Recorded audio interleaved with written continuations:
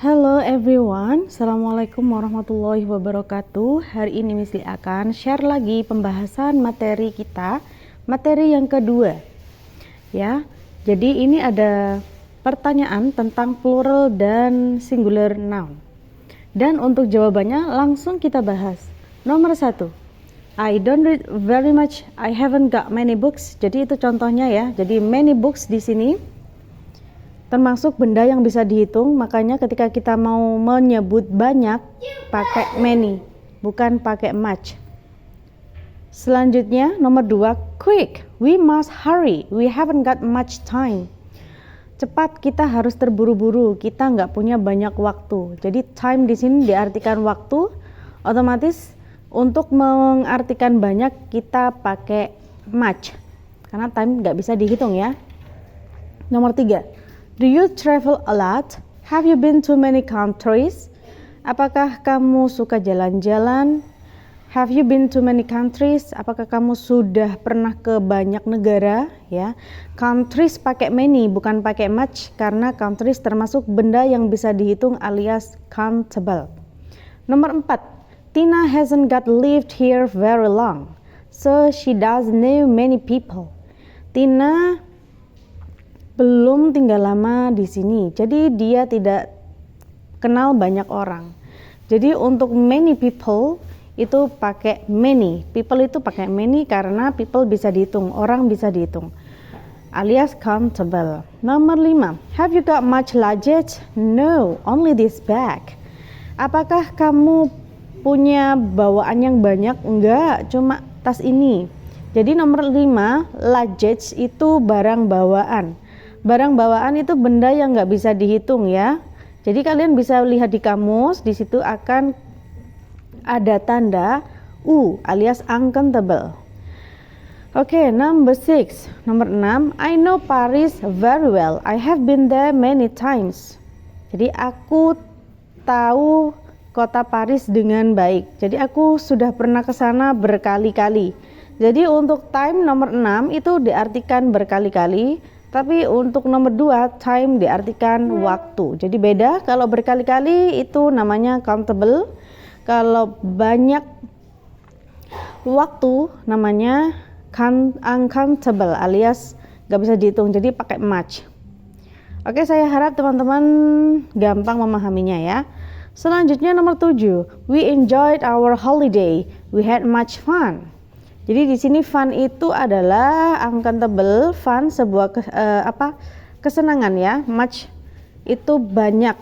Jadi senangnya banyak. We enjoyed our holiday, we had much fun. Jadi kita menikmati liburan kita sangat senang gitu ya. Jadi bisa diartikan sangat senang. Nomor 8, this road is very dangerous. There are many accidents. Accidents itu ditambahin S, jadi dia benda yang bisa dihitung, benda yang bisa dihitung ya, kejadian tapi bisa dihitung ya, kejadian accidents, makanya pakai many.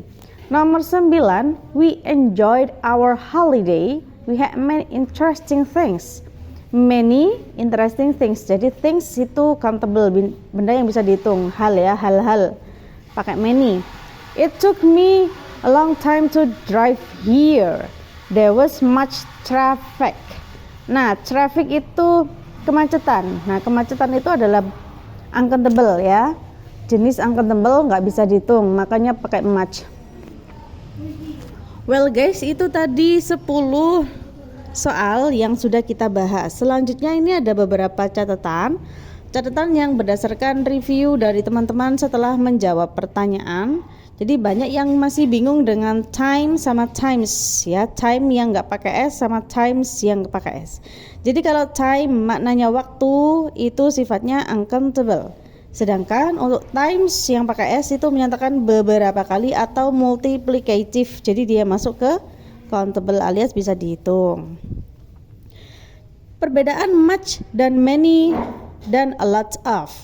Jika much untuk uncountable dan many untuk countable, maka a lot of bisa digunakan untuk uncountable dan countable.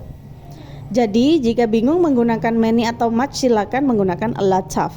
Tidak berlaku untuk mengerjakan soal ketika kita harus pilih much atau many ya. Nomor 3, untuk kata luggage dan traffic masuk dalam uncountable noun, jadi quantifier yang cocok adalah much. Ya. Kok bisa tahu dari mana? Jadi kita bisa buka kamus ya guys ya. Di situ nanti ada keterangan misalnya kata benda book ya, buku. Book di sini nanti ada keterangan tanda kurung dia itu countable, ada tanda C gitu. Berarti bisa dihitung. Kemudian selanjutnya Miss Lee akan copy paste beberapa pertanyaan yang sering muncul dari peserta TOEFL. Hello sir, I have. Jadi Miss Lee itu sering dipanggil sir, kadang Miss ya, tergantung siapa yang manggil ya, bebas. Pokoknya yang penting berani nanya lah ya. Hello sir, I have a question. Kenapa money dikategorikan sebagai uncountable noun? Dari penjelasan materi dan apa yang saya tangkap, menurut saya uang itu bisa dihitung sir. Terima kasih. Nyambung pertanyaannya ya. Kenapa dolar atau mata uang termasuk countable noun? Terima kasih. Jadi pertanyaan yang berhubungan dengan uang ya. Kenapa teman-teman masih bingung kok uang kok nggak bisa dihitung, padahal kan nyatanya bisa dihitung ya. Jadi jawabannya adalah money itu termasuk dalam collective noun. Kata tersebut merupakan gabungan dari semua jenis mata uang. Selain itu, kata money itu tidak bisa dihitung per satuan, 1 uang, 2 uang, 3 uang, dan seterusnya ya. Jadi dia butuh apa yang namanya satuan, entah itu rupiah, dolar, yen, dan lain sebagainya. Yang kita bisa hitung itu adalah nilainya ya, jadi bukan uangnya. Makanya uang itu nggak bisa dihitung alias masuk kategori uncountable noun. Terus kenapa kata-kata mata uang, dolar, rupiah, dan lain sebagainya itu berbentuk countable? Nah, inilah keunikan bahasa Inggris. Kalau berkaitan dengan vocabulary, bahasa Inggris itu lebih arbitrer atau acak, dan tidak semuanya bisa disamakan dengan bahasa Indonesia. Beberapa memang kita harus menghafalkan, oke? Contoh lainnya, kata air mata yaitu tear itu countable, padahal dia itu bentuknya cairan. Atau kata sky, langit, itu juga termasuk countable, padahal bagaimana ngitung langitnya ya kan? Jadi gitu guys, jadi arbitrer sifatnya, kita harus menghafalkan. Untuk kalimat tanya, seperti contoh soal nomor 3, apakah penentuan untuk penggunaan much atau many dipengaruhi oleh kalimat awal? Oke, jawabannya penentuan much dan many tergantung kata benda yang diikutinya, bukan pada kalimatnya. Untuk nomor 4, kenapa people-nya nggak bisa pakai eser? Oke, jawabannya people itu sudah termasuk jamak ya guys ya. Oke, terima kasih guys. Jadi itu tadi pembahasan untuk materi pertemuan kedua. Semoga teman-teman mudah memahami pembelajaran kali ini, dan Miss Lee sampaikan terima kasih. Jangan lupa aktif bertanya biar kalian cepat paham ya. Wassalamualaikum warahmatullahi wabarakatuh.